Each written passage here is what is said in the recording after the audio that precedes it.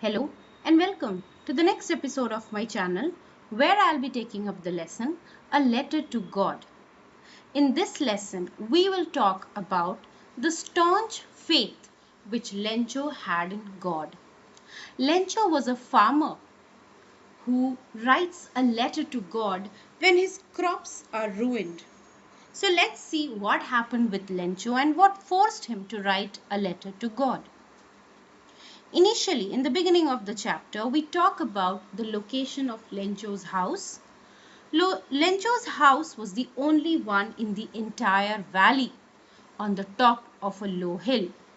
From that height, Lencho could see the river, the field of ripe corns which were covered with flowers, and these crops were promising that this year Lencho would have a very good harvest.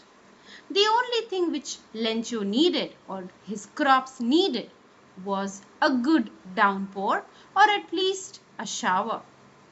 Throughout the evening, when his wife was preparing the supper, he kept on motivating her, he kept on telling her, reassuring her that very soon they were going to have rainfall as he could see the clouds approaching from the northeast direction.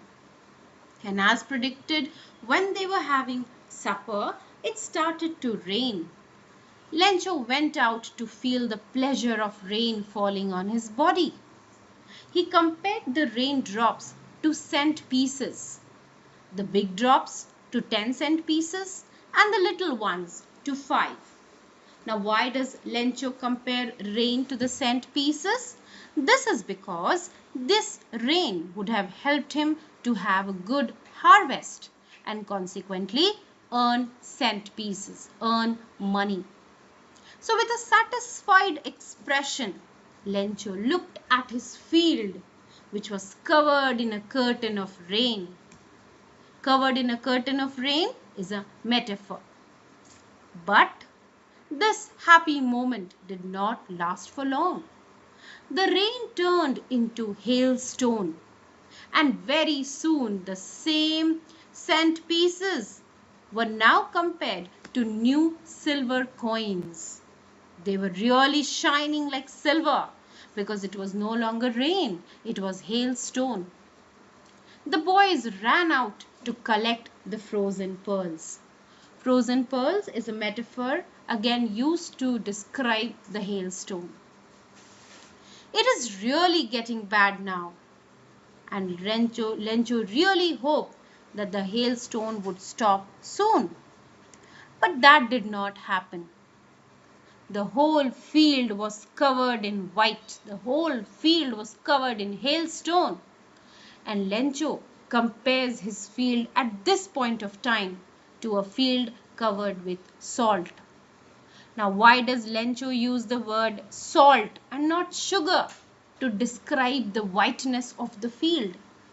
This is because sugar is something which is very sweet, but this was not a sweet moment. This was a moment of pain. Not a single leaf remained on the trees, and Lencho felt that even a plague of locusts or a swarm of insects would have left more number of leaves on the crops than this hailstone. They were all very sad. They felt that they would all go hungry that year. But in the hearts of all the people of that particular house, there was a single hope, help from God. So Lencho decided to write a letter to God. Even though Lencho was a farmer working like an ox in the field throughout the day, he knew how to read and write. That following Sunday, Lencho went to the post office to write a letter to God. Now, why does Lencho choose a Sunday to write a letter? This is because Sundays are considered to be a holy day for the Christians. Now, the words of that letter did not seem like a request. It was more of an order. God, if you don't help me, my family and I will go hungry this year. I need 100 pesos. So it was need. The word was need. I want it. Give it to me. It was not a request. So this tells us about the relationship of Lencho with God.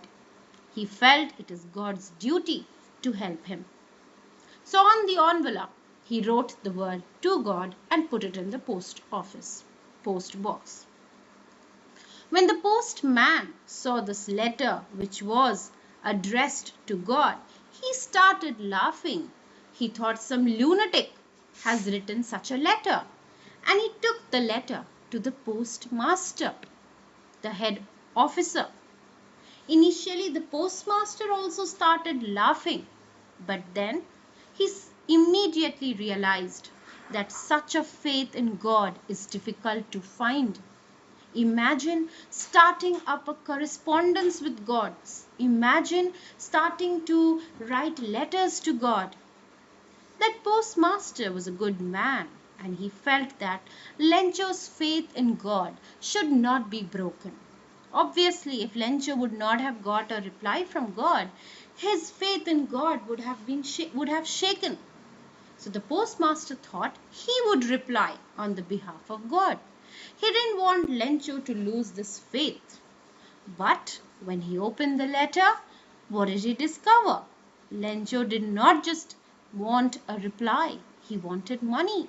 He wanted 100 pesos to take care of his family for the whole year. So the postmaster decided to collect the money from his colleagues, and he himself gave a part of his salary. But even after all this collection, he was not able to collect more than 70 pesos. He put the money on the envelope and he just wrote one word, God. He felt that Lencho will be very, very happy to receive the money. And same, just like the postmaster had felt, Lencho was really eagerly waiting for the letter, and the following Sunday he came a little early than usual to ask if there was a letter for him. The postman himself handed the letter to him, while the postmaster, the head officer, was standing in the corner, who was very satisfied because he had done a good deed. He wanted to see Lencho's expressions when he receives the money.